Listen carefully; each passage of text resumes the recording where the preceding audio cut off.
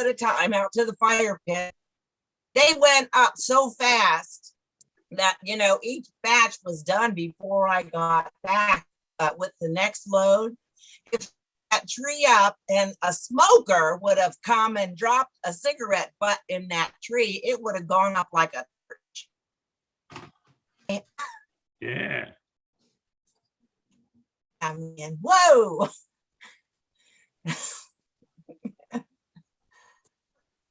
Looks like it's getting time. Here's Scott coming in. Yep, there's the entrance. There's Scott. Must be Thursday. Must I'm be up. Thursday. I'm up at 7. This is, why do I do this? I won't be here next week. I'll be traveling. So anyway, I miss you all. Wow.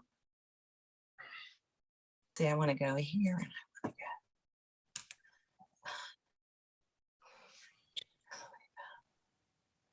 Paulo's in. Good morning, Paulo.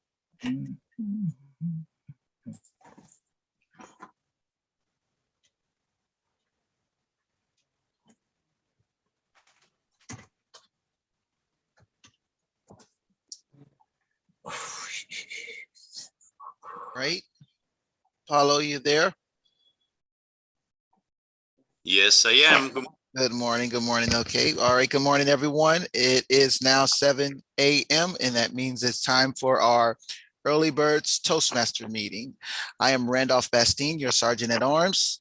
The mission of a Toastmasters Club is to provide a supportive, positive learning environment in which members are empowered to develop communication and leadership skills, which results in greater self-confidence and personal growth. As we continue to meet by Zoom, we ask that you practice good Zoom etiquette by keeping yourself muted unless you are an active speaker. We encourage you to use the chat feature to send a message to everyone or a private message of feedback to a speaker. And now it is my honor to introduce to you our presiding officer, Paulo Barone. Yay, buongiorno.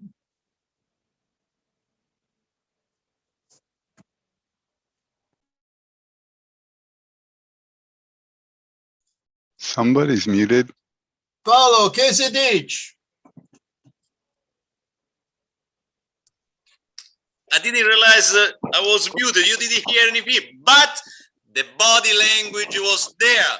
So you all know, and you all can tell what I said there when I did this and when I did this. This one was a buongiorno, and this one was the peak of the week. Everybody at this point can recognize those gestures, so I don't need to do it again. Yeah, this one. All right. Good morning, everybody. We have another amazing program and meeting lined up for you all today. I'm sure it's going to be a beautiful and amazing meeting. And let's start with the invocation, which today, yes, Anna Ilsen is right there. Toastmaster Ilsen, please. Good morning, Mr. President, fellow Toastmasters. This is a poem by Robert Frost titled A Prayer in Spring. Oh, give us pleasure in the flowers today, and give us not to think so far away. As the uncertain harvest, keep us here, all simply in the springing of the year. Oh, give us pleasure in the orchard white, like nothing else by day, like ghosts by night. And make us happy in the happy bees, the swarm dilating round the perfect trees. And make us happy in the darting bird that suddenly above the bees is heard, the meteor that thrusts in with needle bill and off a blossom in midair stands still. For this is love and nothing else is love, the which it is reserved for God above, to sanctify to what far ends he will, but which it only needs that we fulfill. Mr. President. Thank you, Toastmaster Ilsen. And let's welcome now on the stage, on the virtual stage, the joke master of the day, which today is our Sergeant at Arms, Toastmaster Bastine. I think before that we do the Pledge of Allegiance. Yes, correct. Toastmaster Ilsen, come back on the stage. Please join me in the Pledge of Allegiance. I pledge allegiance to the flag of the United States of America and to the republic for which it stands, one nation, under God, indivisible, with liberty and justice for all. Thank you, Toastmaster Ilsen. Yes, and now it's you, Toastmaster Bastien. All right, keep it short and sweet. To err is human, but to blame it on someone else is good management skills. Back to you. Thank you. It's time now to hear from the grammarian, but I would like to read something I just found on a book that is very interesting. It has to do with the word of the day. So allow me 3 seconds to read this and forgive my heavy accent if you don't understand what I'm saying. Words in the mind are like colors on the palette of the artist. The more colors we have access to, the easier it is to create a captivating picture on the canvas. And the more practice we give to using those many colors appropriately and uniquely, the more likely we will be to create a masterpiece of self-expression. I think it's very indicated with Toastmasters. All right. Now let's hear Green the word share. of the day from Toastmaster Richmond. Oops, here we go. Mr. President, fellow Toastmasters, the word of the day today is auspicious. It's an adjective showing or suggesting that future success is likely, conducive to success, favorable, giving or being a sign of future success, characterized by success, prosperous. And then there's a list of other words: favorable, promising, bright, rosy, good, optimistic, hopeful, blah, blah, blah. I think this word describes Toastmasters members. The word of the day, auspicious. I like that, Toastmaster Richmond. Auspicious, showing or suggesting that future success is likely. Yes, absolutely.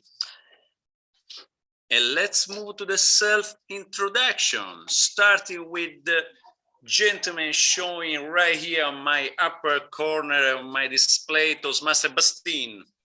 Please. Thank you, Mr. President. Good morning, Mr. President, and all fellow Toastmasters. I don't think we have any guests today. I am Randolph Bastien, the Sergeant at Arms, residing from Fort Lauderdale, Florida. And auspicious, I personally think that that sounds like that's a choice for everyone. It's not an easy choice necessarily, but I believe that everyone could be successful as long as they choose.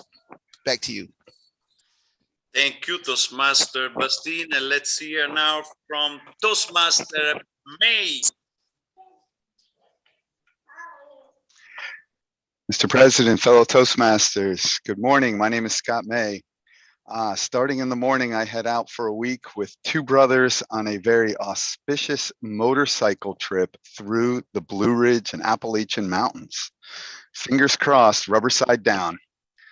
Back to you, Mr. President. Thank you. I love that, Toastmaster May. I have fun with it. Love it. All right, let's hear from Toastmaster Tom Queen. What's going on? Mr. President, fellow Toastmasters, Scott, you're going to love that ride on the Blue Ridge Mountains. That's just what a great opportunity you're going to have up there. The people are great, and you're going to hear a lot of my favorite mountain music up there. When you get by Wilkesboro, wave at the folks and tell them Quinn will be there soon. My name's Tom Quinn here in Fort Lauderdale, enjoying getting up at this early hour. The temperature was 72 degrees this morning, a slight breeze off of the ocean. My gosh, how wonderful it is to be here, but more important, how wonderful it is to be with you. Now, if that is not as best as I can be in an auspiciously way, I'm glad to see you, Mr. President. Thank you, Toastmaster Queen. Toastmaster Richmond, would you please come back on stage? We would like to hear more from you. Oh, Mr. President, fellow Toastmasters, my auspicious friends, I am so looking forward to the upcoming humorous speech contest for District 47 because I'll be there, buddy. I've watched you all the way. I'm gonna be there. I'll be out in the audience, but you guys are so wonderful. I love that, Anna, the springtime inspiration, because we've been up and down winter, summer, winter, spring, winter. Oh, but today it is currently 50 degrees outside and it's supposed to go up to 81 by Sunday. Back to you, Mr. President. Thank you, Toastmaster Richmond, and thank you for reserving a front row seat to my gondola. As you know, only early birds Toastmasters members are allowed on my gondola, but the earlier you reserve, the closer you are to... All right. Toastmaster Ilsen, are you coming on my gondola on the 29th? Yes, Mr. President, fellow Toastmasters. I have started the day very auspiciously in this beautiful day that we have here in Fort Lauderdale. And I will be signing up to go on the gondola ride on the 29th. Mr. President. Thank you, Toastmaster Ilsen. Toastmaster Rock, buongiorno. How about you? Are you coming on the gondola? Buongiorno, Mr. President. How can I resist going into the gondola with you? It's just such an inviting opportunity. Thank you for representing early birds. And I think that every opportunity has the potential to be auspicious if we keep our minds open to it. My name is Marie Rock, and I am a visionary communicator working on strategic relationships. Thank you. Thank you, Toastmaster Rock. Toastmaster Ferrer, I don't know about you. It's 6-hour difference. My gondola ride starts at 8 p.m. I don't know. Are you gonna make it? I don't know, Mr. President, fellow Toastmasters, 2 in the morning. Do gondolas go out at night? We've put the light, and I wish you a very auspicious presentation at that event. I am Jose Ferrer, coming to you from Valencia, Spain. Thank you, Toastmaster Ferrer. I'm sure distinguished Toastmaster Barkley is gonna have a lanterna on the gondola right next to me to guide us all through the canal, right, Toastmaster Oh, yes, Barkley? yes, I am signed up, looking so forward. I'm coming to you live from Latham, Maryland. I finished the Rhodes Scholar tour of the 3 presidents' homes, Jefferson, Madison, Monroe. I'm full of patriotism and politically correct history. Yes, things are good. And here I am off to Stratford Hall today for an auspicious adventure of one more plantation out in the boonies and see how all those people lived and got along or didn't get along with each other. So that's my adventure. Distinguished Toastmaster Kip Barkley. Thank you, DTM Barkley. Thank you. And let's see now from one of our speakers today, Toastmaster Scrimshire. Good morning, Mr. Presiding Officer, my fellow Toastmasters, and I hope maybe our friend Valerie will come back. A welcome guest. Yes, I'm Pam Scrimshire coming from no, I'm not in Fort Lauderdale anymore. Well, a little mind blip there from Windermere, Florida. Auspicious. Well, I don't know if I'm going to be on the gondola. It depends on the winds of the airplane that I will be on flying back from San Diego. So if I have auspicious winds, I will join you all. If not, I'll have to see the rerun. Good luck, Mr. Presiding Officer. Thank you, Toastmaster Scrimshire. My Basak, Armene Tuozzo, are you coming to Venice or no? Buongiorno, my gumbare. My fellow Toastmasters, this is such an auspicious meeting today. It has many levels of subtlety, nuance, variation that I believe will affect us all. It's already affecting us, whether you are aware of it or not. And that's part of my auspicious speech about extroverts and introverts. Some of you will be mentioned in my speech. Don't take offense. It's just the reality show of auspiciousness reality. Mr. President. All right, suspense, suspense. I look forward to the speech. All right. I think we covered everybody. It's time now to welcome to the stage the Toastmaster of the day, which today's another DTM. Keep Berkeley. Help me welcome the stage, DTM Berkeley. Hey, welcome Earlybird Toastmasters. As you know, our meeting is divided into 3 parts. We will have table topics. We'll do a little break. We'll have 3 prepared speeches and then 3 evaluations. I can't do all of this alone. I need helpers, and I have helpers. Our grammarian today, Alita Richmond.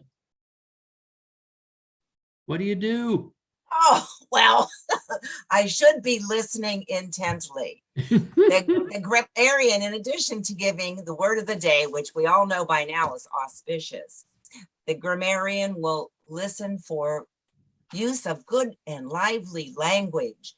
And also, if there's anything that really hurts my ear, I might call attention to that without noting who the offensive person was. I'll give a report at the end.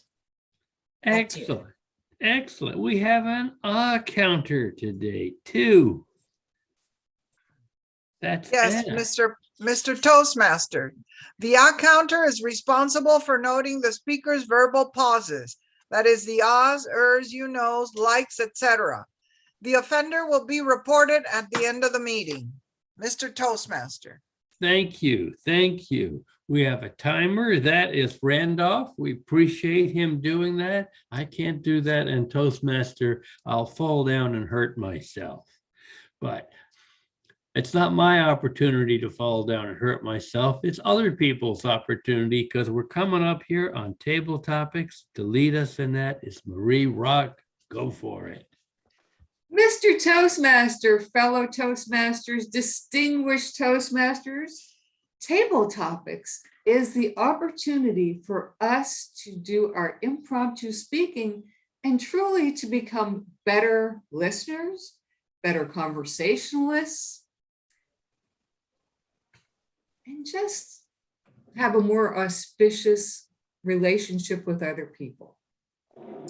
We have timing requirements for table topics. Toastmaster Bastine, can you tell us the timing requirements? Yes, Madam Topic Master. Timing requirements. The time is 1 to 2 minutes, the 30-second deviation, only at the end to qualify. At 1 minute, I will turn on the green light, 2 minutes, the amber light. And to give you a warning, at 2 minutes and 30 seconds, I'll start flashing everyone. And if it goes past 2 minutes and 45 seconds, it will not qualify. Let's hope everyone qualify. Back to you, Madam Table Topic. Thank you. Thank you, Toastmaster Bastine. Tomorrow is April 22nd, Earth Day. So today is an auspicious time for us to consider our relationship with this beautiful blue planet. We're going to look at some quotes about the Earth, and you can tell me your reflections on them.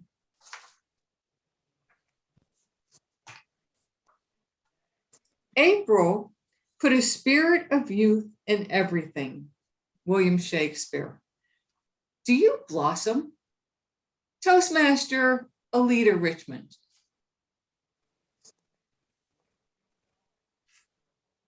Well, as you can see, look, I have a fully flowered dress on today, Madam Topic Master. Spring is definitely the time for the spirit of youth, as there are new things growing every day, popping up their little heads through the dirt and the mulch, and oh, so wonderful. The daffodils are just about spent now, and I had thousands of daffodils this year. I would bring them in by bunches of 25 or 30 and put them in a big vase. Daffodils are about dropping over now, but the azaleas, my purple azaleas, are blooming. The forsythia is yellow all the way down the lane. I have pink hyacinths popping up, little grape hyacinths popping up all over the place.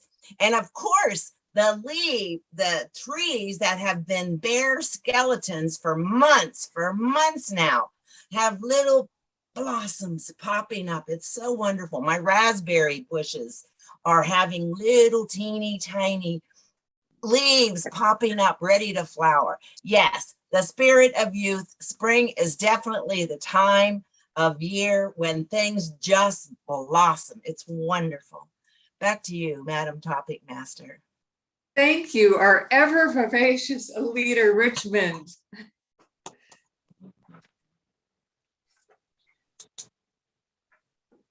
Live each season as it passes. Breathe the air, drink the drink, taste the fruit, and resign yourself to the influence of the earth. Henry David Thoreau. How do you make the most of the present? President Paulo Barone. How to make most out of the present. Madam Table Toastmaster, fellow Toastmasters, I make the most out of the present by trying to not think about the future. And I'm experiencing that right now, right here. Because I'm here, I'm happy because I'm with my wife, my children, my family, my parents, everybody. And I know I have to live in a week. But I refuse to think when I'm leaving. I refuse to think I'm going to live in a week, because if I have that thought, if I let that thought cross in my mind, that is going to put me in a state of sadness. Therefore, I refuse that. I don't think about the future.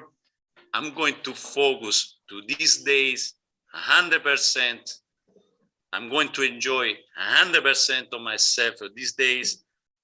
The only contact I have right now with the outside of my place here is Toastmasters. I don't answer the phone. Actually, it's off. I don't care if clients call. I don't exist for anyone. When I'm here, I'm here. When I'm there, I'm there. When I work, I work. When I play, I play. When I am with my family, I am with my family. And since you all are part of my extended family, I'm never going to leave you out of my life, no matter what, no matter where. But beside that, that's it. I'm going to live the present 100%. And then whatever. Next week is going to be next week. We move on. Back to you, Madam Table Toastmaster. Thank you. Thank you for that inspirational take on living in the present. And into the forest I go to lose my mind and follow my soul. John Muir. Can you escape the tyranny of your thoughts in the forest? Toastmaster Scott May. Thank you, Madam Topic Master. John Muir, The Forest. Wow, and tyranny of thoughts. Wow. Yes, thoughts and tyranny do seem to go together, but let's talk about the forest. That sounds more pleasant. I am a John Muir fan. In fact, have some of his quotes on our walls, and even have a hat about, says that the mountains are calling and I must go. He was an amazing person who traveled across the country and found himself in Yosemite, where he planted himself for many years long ago, just living in the land and enjoying the seasons, and wrote about it, which gives me hope that I too can listen to the forest instead of the tyrannical thoughts in my mind, which never seem to stop. Even with mindfulness, they keep coming. And I like the phrase, when thoughts come, let them come, but then let them go. They say we have 70,000 thoughts a day. That means for every breath, we have 2 or 3 thoughts. Wow, that's amazing. If we invited each of them in for tea, our days would be so long. Luckily, many thoughts just glide on through. But in your last question about the present, the present is all we have. And when we think about the past, our mind's amazing. We can remember the past. It's a gift. But the past happened in its own present moment, and the future is something we can dream about, but that hasn't happened yet. So actually, life only happens in the present moment. So when we're not paying attention in the present moment, we're missing the life that's in front of us. And we lived back to the forest. We lived on a canal on the west side here that faced the Everglades, but we said, not enough trees. So we moved to, it's this huge ridge in Broward County. It goes up like 9 feet. And now we're surrounded by oak trees this big, and it's lovely. Back to you, Madam Topic Master. Thank you, Toastmaster May. Thank you. The sea, once it casts its spell, holds one in its net forever. Jacques Cousteau. Does the sea enchant you? Toastmaster Anna Ilson. Madam Table Topics Master, fellow Toastmasters, the sea enchants me. I love the sea. I was born in a city on the sea, Havana, and I always dreamed of moving back to live close to the sea. And it happened. After a 20-year hiatus living inland, I'm back for 40 years now, 44 years, living very close to the sea. And this summer, hopefully, when my brother comes to visit, we will resume our old activity of going to the beach pretty much every day and spending most of the day there, which is one of our favorite activities. And the last couple of years, due to the circumstances, we kind of interrupted that activity, but now I'm looking forward to that. I feel so privileged to live so close to the ocean and in a place where the water is warm in the summer. And I can't imagine not taking advantage of that. So yes, I am enchanted by the sea. Madam Table Topics Master. Thank you, our ever enchanting Anna Ilson. Okay. An early morning walk is a blessing for the whole day. Henry David Thoreau. What are the benefits of walking? Toastmaster Tom Quinn.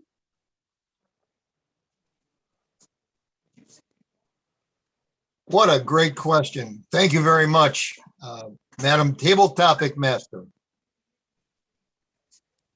For me, walking gives me an opportunity to truly engage in the proximity of my environment. I get to feel the wind. I get to smell the air. I get to sense the humidity. I particularly like walking early in the morning when it's still a little dark before the sun rises. For then I can take a look as I walk at some of the planets or the stars that twinkle through the overcast sky, or the unovercast sky. It gives an element of auspiciousness and promise to my day when I walk.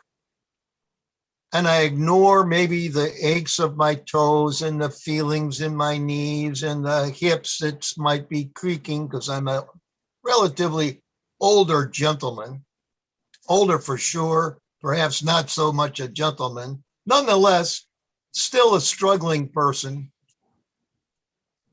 And it's the moment that I get to enjoy in the present, as Scott said. To me, the past is a canceled check and the future is a promissory note. We only have the present in which to live, to enjoy, to breathe, to share, to help, and to be. Madam Table Topic Master, thank you so much. Thank you, Toastmaster Quinn. And we know that you joined Toastmasters because of a walk. Okay, for our final quote. Nature is pleased with simplicity, and nature is no dummy. Isaac Newton. Have you tried to simplify your life, distinguished Toastmaster Kip Barkley? I try to simplify my life. I try to get rid of the clutter. Well, my limit on Toastmasters clubs is 3. I may not join anymore until I go away from any of the others. And this one I really like, to simplify my life. That is a noble, wonderful goal. I think about that. I declutter. I go get rid of things I'm no longer using. It feels good. I feel quite noble when I've discarded some of my clutter. Oh, to simplify. Yes, yes, yes. And now I will come back from this trip and look around and how can I further simplify? What has become clutter for me that used to have meaning? I will look around. I'm sure I'll find something, but right now I figure I need everything I've got piled up all around me. Thank you so much, Toastmaster Rock. Thank you, distinguished Toastmaster Barkley, and thank all of you for your inspirational thoughts on nature, and I wish you all a happy Earth Day. May we have the timing results, Toastmaster Bastine. Yes, thank you. Everyone qualified. Toastmaster Alita Richmond with 1 minute and 31 seconds. Toastmaster Paulo Baroni with 2 minutes and 11 seconds. Toastmaster Scott May with 2 minutes and 12 seconds. Toastmaster Anna Ilson with 1 minute and 18 seconds. Toastmaster Tom Quinn with 1 minute and 51 seconds. And distinguished Toastmaster Kip Barkley with 1 minute and 13 seconds. Thank you. Thank you, Toastmaster Bastine. Do we have a poll? Yes. Wow. Right. Please vote for the best table topics presenter. Thank you. And I return the visual podium over to you, distinguished Toastmaster Kip Barkley. Thank you so much, Toastmaster Rock. Here we traditionally have a 3-minute break while we get our coffee and make sure our program is all tightly wrapped. So let us have a recess. Did everybody see the poll? Because I didn't. I saw it. Yeah, you don't get okay. to see it. Everybody else. Oh, okay. All righty. Okay, get your coffee. We have 3 speakers. Our general evaluator is Alita. And we're just going to go evaluate in order. So Randolph. In order. Okay, great. Randolph will do Jose, and Scott will do Carmine, and Tom will do Pam. Okay, want to get coffee. And we have 5 to 7 minute speeches from everyone, and I have introductions. Wow. I'm trapped without coffee in this motel, but I found an IHOP down the road. That's where I'm going as soon as we're done.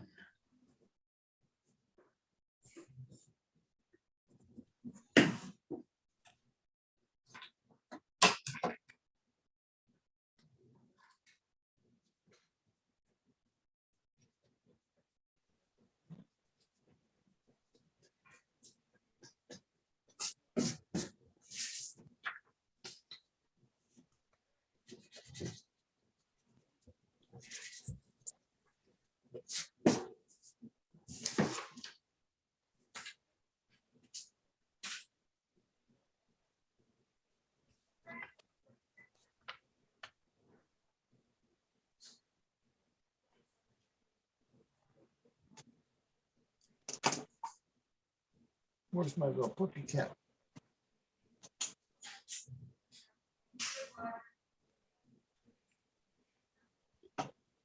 Just, you wanted to know he found me.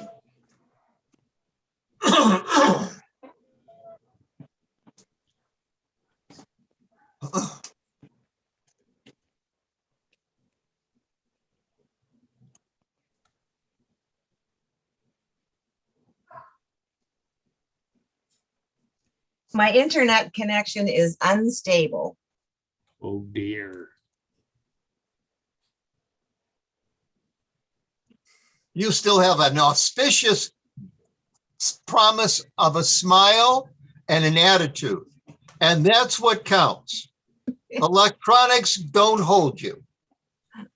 I'm anxious to mount my satellite in a different location on the backside of my house, up on near the roof line, so that it can hopefully skirt some of those big trees, because it's pointing toward New York.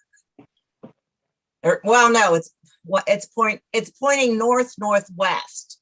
It changes though. That Why It was a satellite- good movie.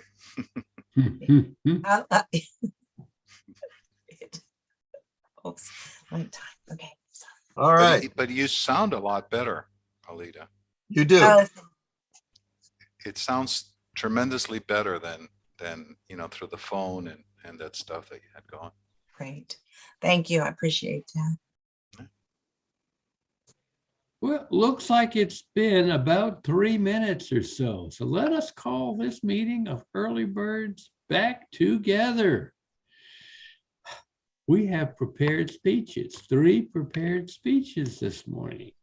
And let's ask our timer, what are the timing requirements?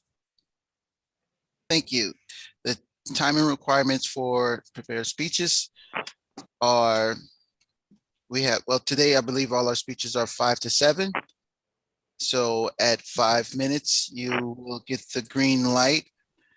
At 6 minutes, the amber light.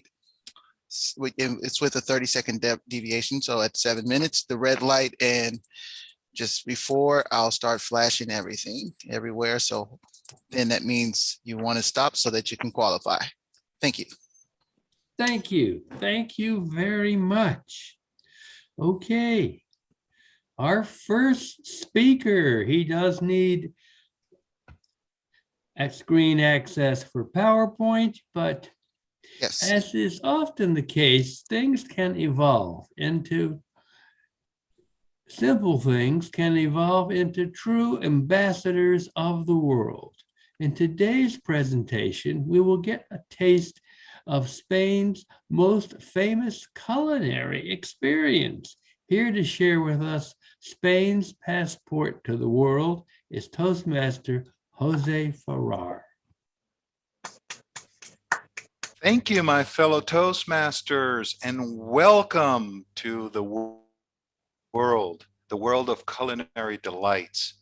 I believe that most of you probably know what that is. That's the paella, which basically is a rice dish, which in the beginning, the first mention of paella was in the 18th century. The area of the Albufera in Valencia is the primary producer of arroz bomba, it's called. It's a short grain rice, very unlike the ones we like in the United States, but it has special characteristics, this rice. It will absorb through osmosis the actual flavors that are in the pan and will not burst open, will not stick together. It is very, very special. The Paella Valenciana is a registered name, and in order to comply with the name, if you're going to offer someone a Paella Valenciana, a true one, it must contain chicken, rabbit, special type of green beans, rice, olive oil, of course, sage, water, salt, and saffron, as we know it. You can combine other things into it, but those main ingredients would need to be there if it's a paella valenciana. We all know Valencia is on the east coast of Spain, close to the ocean. It is an auspicious place where people live freely, happily, fishing, cultivating rice. No, that's not really quite the way it is any longer, but it used to be. Now, paella is actually the utensil that is used to cook the rice and the paella. And it looks like this. It's metal. It's got two handles so you can lift it up the fire. And it's got a concave bottom so that the rice settles perfectly in. The prep. How do we make a paella? Or how do we make rices? By the way, if it's paella valenciana, you're in Valencia, you can use that name. Anywhere else in the area or the region, it has to be called arroz, a rice. But the most basic and most important, the heart of the soul of any good rice is the fumet. And that is made with, it's a stock, it's a broth that is made. So if you're going to make a seafood rice with seafood, you would make a broth that's based off all the shrimp heads and all the fish bones and all those things. You cook it for a period of time, and later that's what you use to make the paella with. You don't add water, you add the broth, the fumet. The evolution of the paella, well, you can see it. Paella or rice has evolved from a very simple and inexpensive dish. It was used to feed many. It is traditional to be had on Sundays. So Sundays, you would make a paella and people would come to your house, your family, your cousins, everybody would show up. And depending how many would come, you would add more and more rice into the pan so that you could feed people. Very inexpensive way. Today, there are innumerable rices that vary depending on the ingredients used, the type of finish, whether it's a dry rice, we mean dry rice when it doesn't have any broth to it, or it's meloso, where it's kind of like when it's done and when you're eating it, you almost need a spoon because it's got so much broth into it. It can either be cooked on an open fire with wood fire. It can be done on a gas grill, which is what most people use these days, unless you're really a gourmet cook. Or it can also be made, certain rices can be made in the oven. Arroz a banda, there are different types. So it's just going to give you a few. It's a collard with saffron and the ñora. Ñora is a very sweet, dried pepper in this region, and they use it. It gives a very special flavor. It's done with a fumet of fish, of course, because it's a seafood type of rice. And the nice thing about it is that the fish and the seafood are served separately. So you eat the rice and then you eat the food, the seafood or the fish as a separate dish, as a second dish. The arroz al horno, which is cooked in a clay recipient with sausage, ribs, garbanzo beans, etc., that is made normally on a clay pot, although the new fangled cooks are using our paellas, the metal paellas, and they put them in the oven and it works wonderful. I'm going to be trying that one next week. Arroz negro, rice and squid cooked with fish broth, and to which, I'm sorry for the typo, the ink of the squid was added.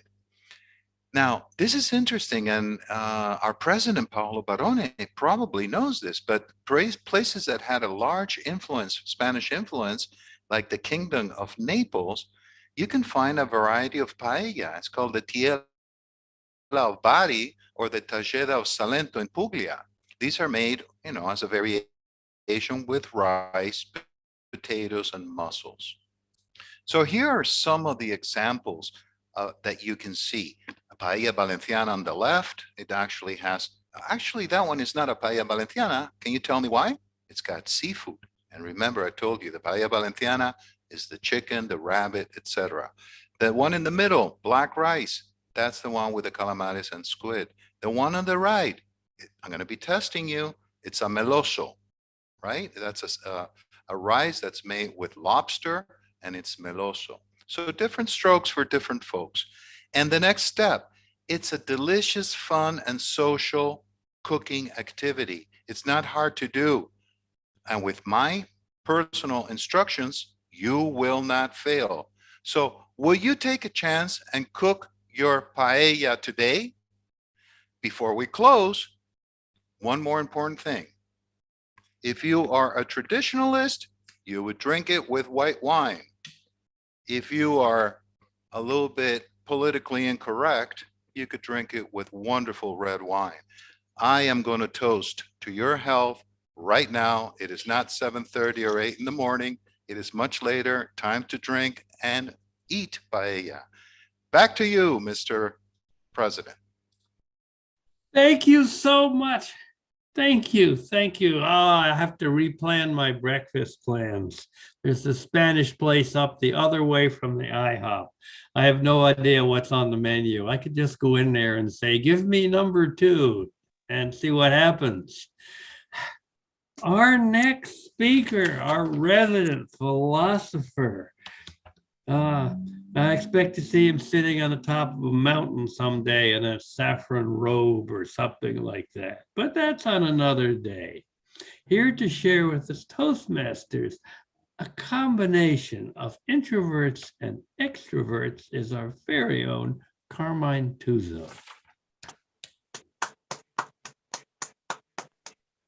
Thank you, Mr. Toastmaster, fellow Toastmasters. Thank you, Mr. Toastmaster.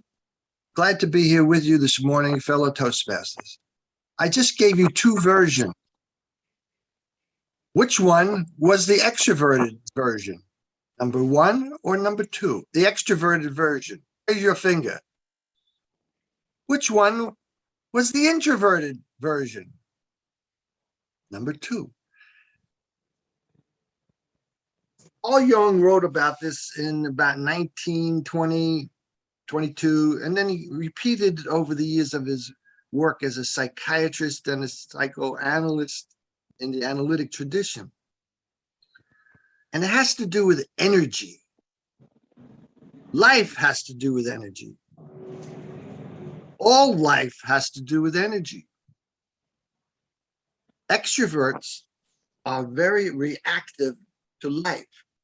So this morning, we had a great example of one of the outstanding extroverts blossoming and blooming and bustling about spring. Who was that extrovert? Everybody, turn on your speaker and tell her that she's a blooming, blossoming extrovert. Tell her. Who is it? Alida. Alida. We also have Buongiorno, my fellow, the top of the week. He is also at the extreme end of extroversion. Who's that? Hello. Hello. Hey, oh. And then we have people that are along the spectrum in between and they have a flexibility. But we also have some extreme introverts that when they start out, they're feeling uncomfortable, awkward.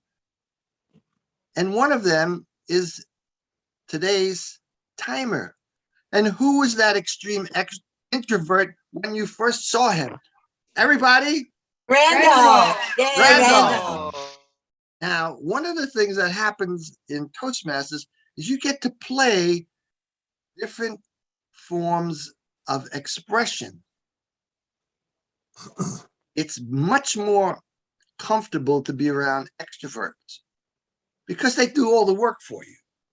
You could sit back and enjoy the entertainment. They're bubbling, they're enthusiastic, they're excited. Introverts have a lot of difficulty with being around people like that for long periods of time. Whether you believe this or not, my basic temperament is introvert. If I go to a party and it's super exciting, I can only tolerate it for about the most an hour and a half, 2 hours. I'm exhausted. I'm exhausted. I have a friend who's an extreme extrovert. I've only met him in this past year. I've known him through the internet. He has a house up in Delray, another one in St. Louis, and someplace else. He's very wealthy, but he wasn't always wealthy. I had lunch with him for 2 hours. I need a nap after. It's exhausting to be around. He's so exciting, so enthusiastic. and he loves me. My temperament says I need some of that energy in order to fulfill my goals. Another person in our group who is actually a mixture of both. He is known as the double dipping wizard. Who is that person who has a combination and shifts? Everybody say it. Yeah, Barkley. Tip the wizard.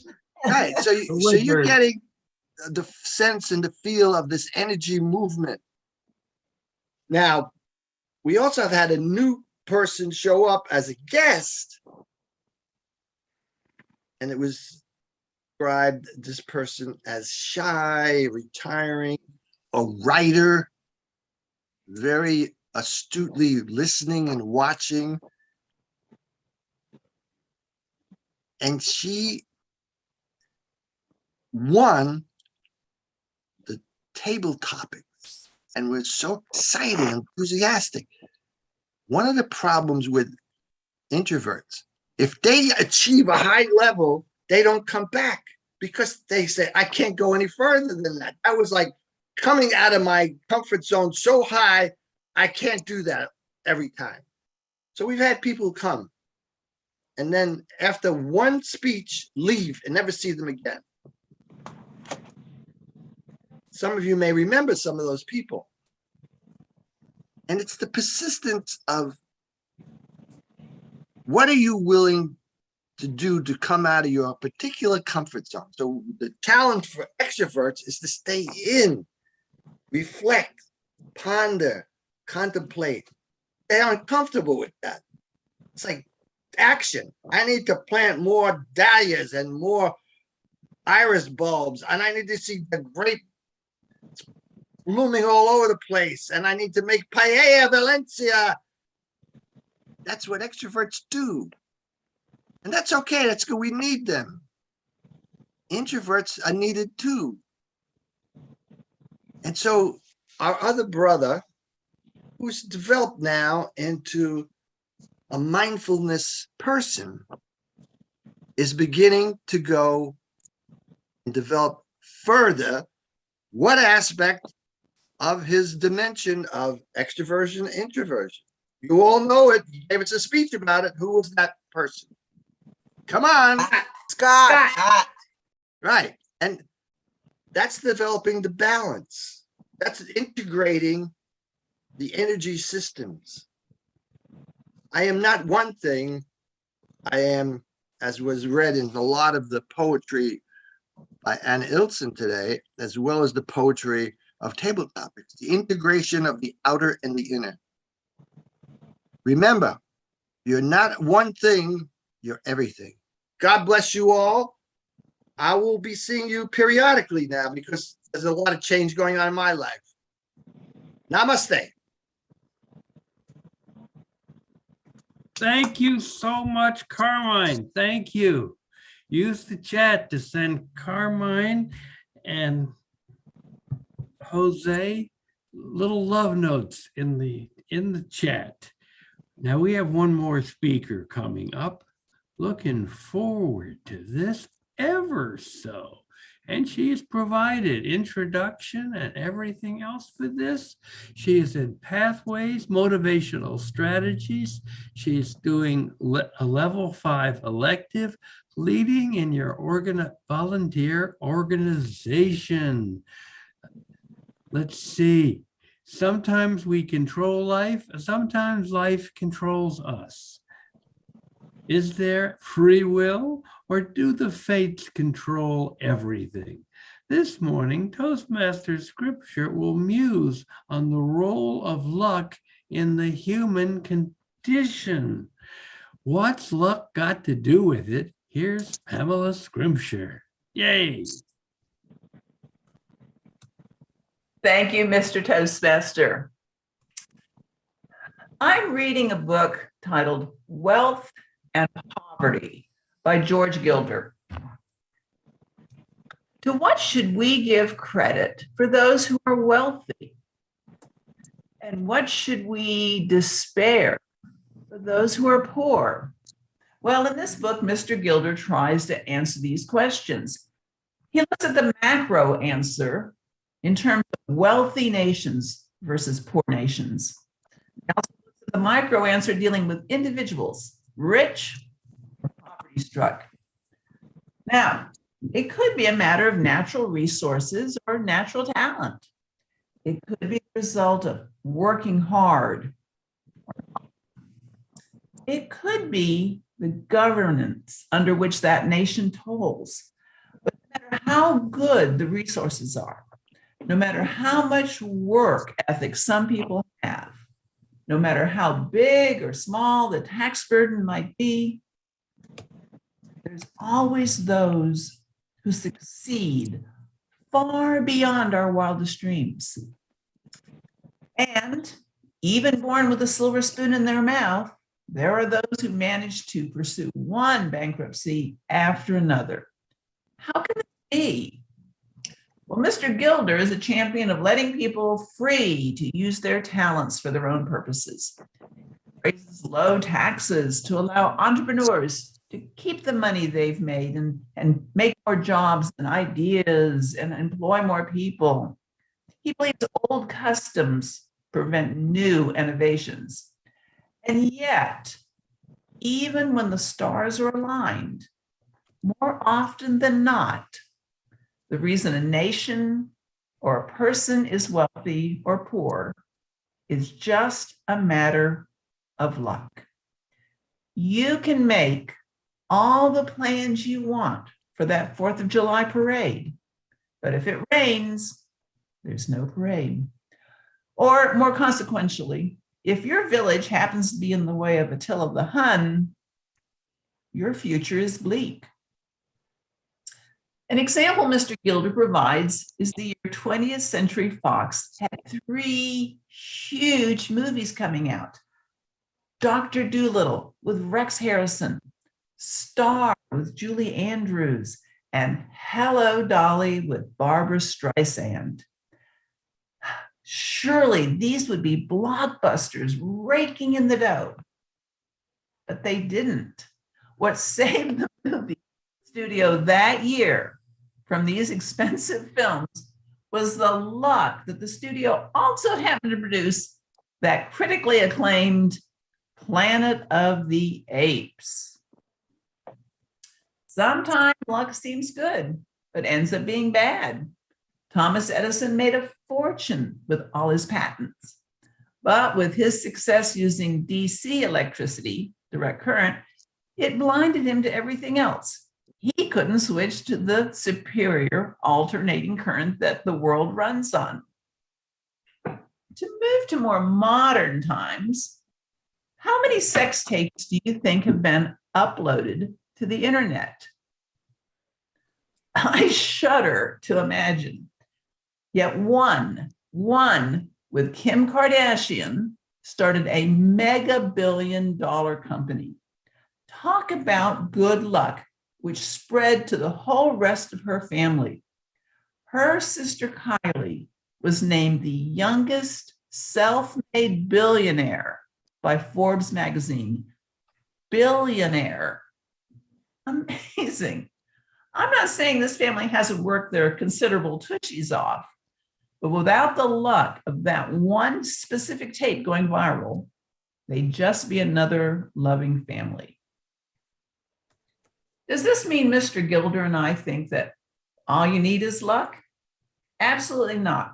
His point is that many people work really, really hard and just barely survive through no fault of their own. But 1 or 2 make it big. Many nations don't have the natural resources or have such terrible governments that there's little chance of them developing successful economies. But even within these parameters, there's always a few people who manage better than their neighbors. They happen to create a restaurant, maybe a paella restaurant, a little hole in the wall that everybody loves. Maybe they become too frustrated with their local taxi company and they figure out a way to provide transportation to people who don't have cars. So what does luck have to do with Toastmasters? Think of our motto, where leaders are made. People who become Toastmasters learn that there are techniques we can practice and we can learn to make ourselves more competent and confident as leaders. Does Toastmasters guarantee that you will be offered that leadership position you hope to have? No, but we know you will be better prepared when luck rolls your way. As for me, well, for the past few years, I've avoided any leadership position. To that end, I have not completed level 5 of the motivational strategies because I didn't want to take the initiative to lead anything. However, as luck would have it, I started a new program within my chapter of the Florida Native Plants Society. This ties right into the High Performance Leadership Project and the Leading in Your Volunteer Organization project. For the projects, I need a guidance panel, which would include several Earlybird members. We would meet via Zoom several times over the projects and discuss how I'm progressing, hopefully progressing in one or more of these projects. Now, I'm supposed to ask specific people to participate. However, this is your lucky day. I'm throwing the opportunity to be a member of my guidance panel to each and every one of you.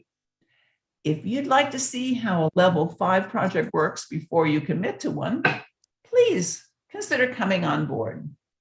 If you've already completed a level 5 project, I need you desperately. So in the next few weeks, I will email the Earlybird membership with details about what this commitment will look like. I hope I will be lucky enough to have your support. Mr. Toastmaster. Thank you so much. High performance leadership. All right.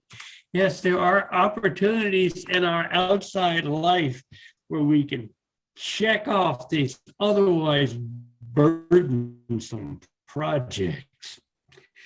Mr. Timer, how did the burden of time weigh upon us this time? Everyone qualified. Toastmaster Jose Ferrero, 6 minutes, 58 seconds. Toastmaster Carmine Tuzo, 7 minutes and 19 seconds. Toastmaster Pam Scrimpture with 7 minutes and 27 seconds. Thank you. Great. Excellent. Excellent. Now we move on to what is especially special about Toastmasters evaluations, and leading us as general evaluator is Alita Richmond. Oh, vote. Do vote for the very best speaker or the most delicious speaker, however you want to go figure that ballot there. Now, Alita. Yes. Mr. Toastmaster, fellow Toastmasters, here we come to the most valuable educational portion of our regular Toastmasters meeting. First of all, I caution you all, it's raining. There's a storm outside with a satellite internet. I don't care if it's Usenet or Starlink. The rain causes problems. Anyway, here we are. Yes, we love the evaluation portion because we get immediate feedback on our speeches, and that helps to create a sense of wanting to do better to please you all. And we all learn. We all learn from the feedback. Our timer, Toastmaster Randolph Bastine, please explain the timing requirements for the evaluation portion. Thank you. Our time requirements for the evaluations is 2 to 3 minutes with a 30-second deviation. At 2 minutes, you will get the green light. At 2 minutes and 30 seconds, you'll get the amber light. 3 minutes, the red light. And just before the 30-second deviation is over, I'll start flashing. Hopefully you catch that so that we all can make our time. Thank you. Back to you. Okay, thank you, Toastmaster Randolph Bastine, because you're going to be subject to that timing system. As our first speaker this morning, Jose Ferreira, will be evaluated by Toastmaster Randolph Bastine. Thank you. Toastmaster, thank you, Madam Evaluator and Toastmasters, and especially Toastmaster Jose Ferrer. The paella. First off, I would like to say thank you for that speech. And I actually love to cook and I love trying new dishes. And it's funny that you speak about the paella and the pot, because I actually bought one. I have a paella pan, but unfortunately I bought it because it was big enough to fit pizza in. So, you know, I wasn't using it for the right purposes, but I have one to try to go ahead and go for that. As far as the PowerPoint presentation was awesome. And this was a tough one because being that I love to cook, I'm, you know, trying to watch the time and, you know, pay attention to that awesome presentation. It was a little tough. And far as things to, like far as anything that could be done better, there's very little, because it's almost basically nothing, because it was awesome. Your voice, you have like such a smooth voice, like far your delivery, it's like very, I tell you what, if we were all in one room, without a doubt in my mind, I think you'd probably be the coolest person there. It's like, it's just your delivery is like just so, it's subtle, it's not too low, it's not too high, it's just right. And so that gives you the opportunity to deliver your speeches with like a real smoothness. The only thing I can say is, which is maybe you can add add a video to the PowerPoint, a short video of showing because I can imagine in my mind that, like how you say it's a social thing, just seeing everyone around the paella pan, and that I can imagine how cool that would be. So maybe if you can add a video of, so that we can also see the culture of it, and that'll be pretty cool. And other than that, it was an awesome presentation. And if you can, it would be pretty cool to send that to the group, so that way, because I'm going to actually try and put that paella pan to good use. And that's it. Thank you. Back to you.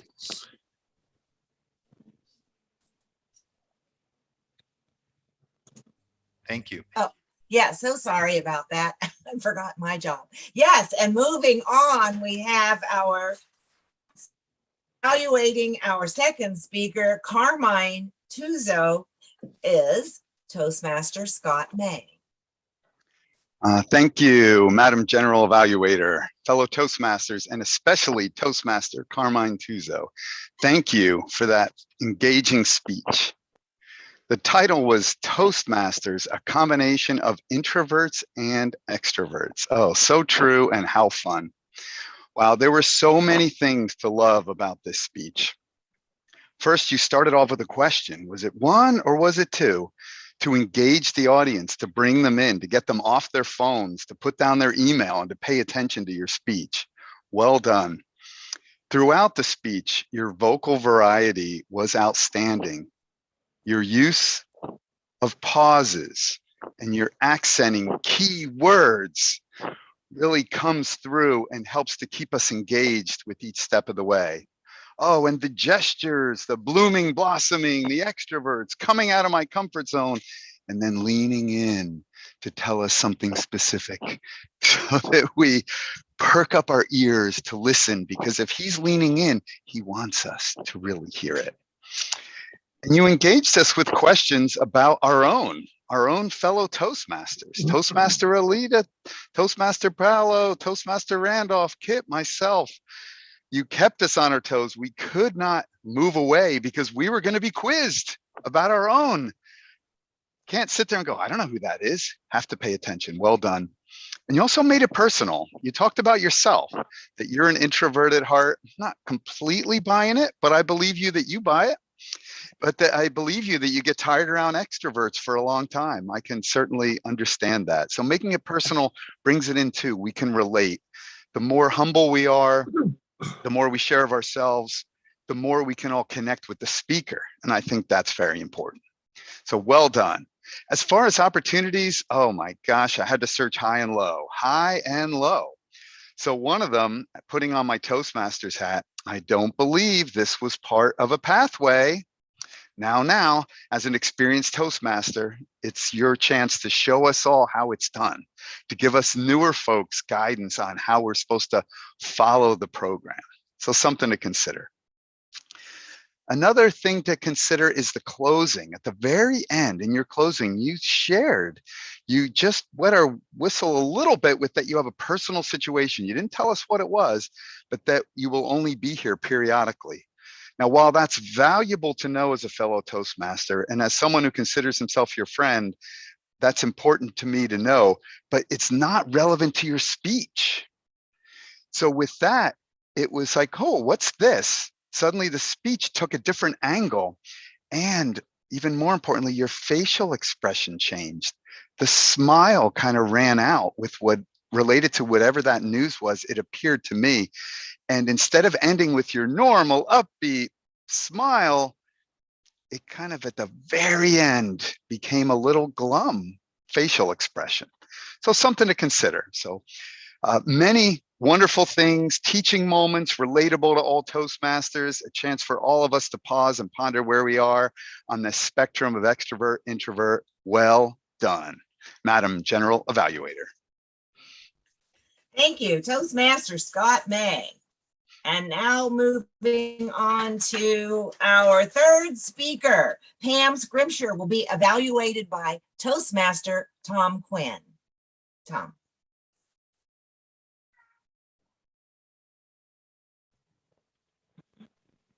Madam General Evaluator, fellow Toastmasters, particularly and specifically the delightful Pam. What does luck have to do with it? Just about everything. And that is basically what you started with. You ended with, I need help. I need people to volunteer.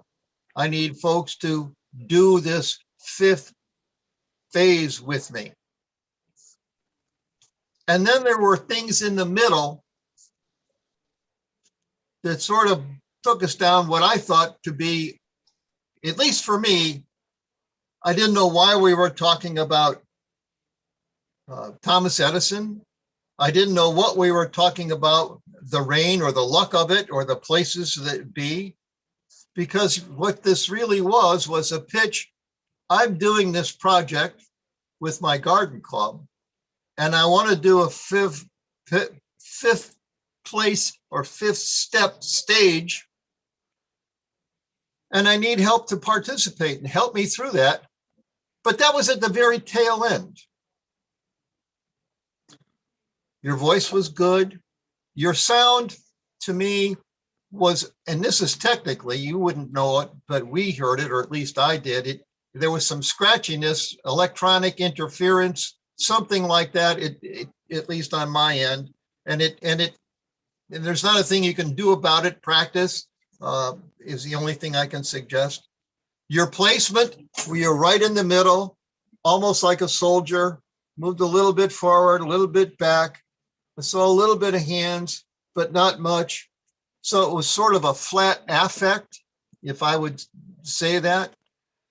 And you can be more enthusiastic. I've seen you be more enthusiastic. When you get into it, you can get into it. Somehow as a sales pitch,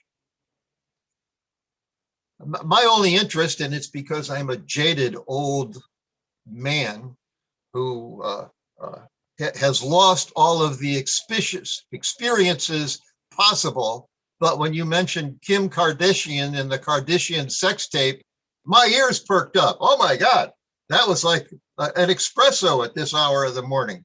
But that really wasn't what your talk was about. And that sort of took away, I thought, from what your purpose was.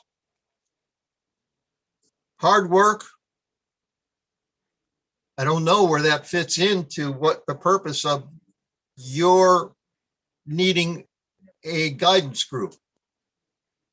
I would suggest perhaps a little bit clearer goal setting, time setting, and purpose setting. You're a great speaker. I've seen you do really well in speeches. I was looking forward to this one, and I'm glad I had the opportunity to evaluate you, and I've gone over my time. But I always have time for you. Thank you, Toastmaster Tom Quinn. Toastmaster Randolph Bastine, our great timer. Could you please give us the timing report for our evaluators? Everyone made it. Randolph at 2 minutes and 45 seconds. Toastmaster Scott May at 3 minutes and 20 seconds. And Toastmaster Tom Quinn at 3 minutes and 25 seconds. Let's all vote. Yes, please vote for the best evaluator this morning. Wow, okay. And now it is time to call upon our grammarian for the grammarian report. Well, that's Toastmaster Alita Richmond, and here she is. Yes, good morning, Madam General Evaluator.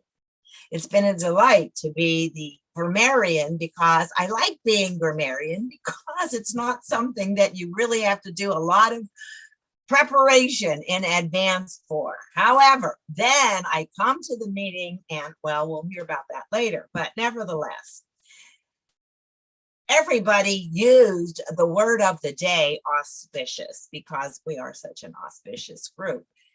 But right off the get-go, some of the things that caught my attention early on was Pam Scrimshire when she said she had a mind blip. That's a new term, but I knew exactly what she meant by that.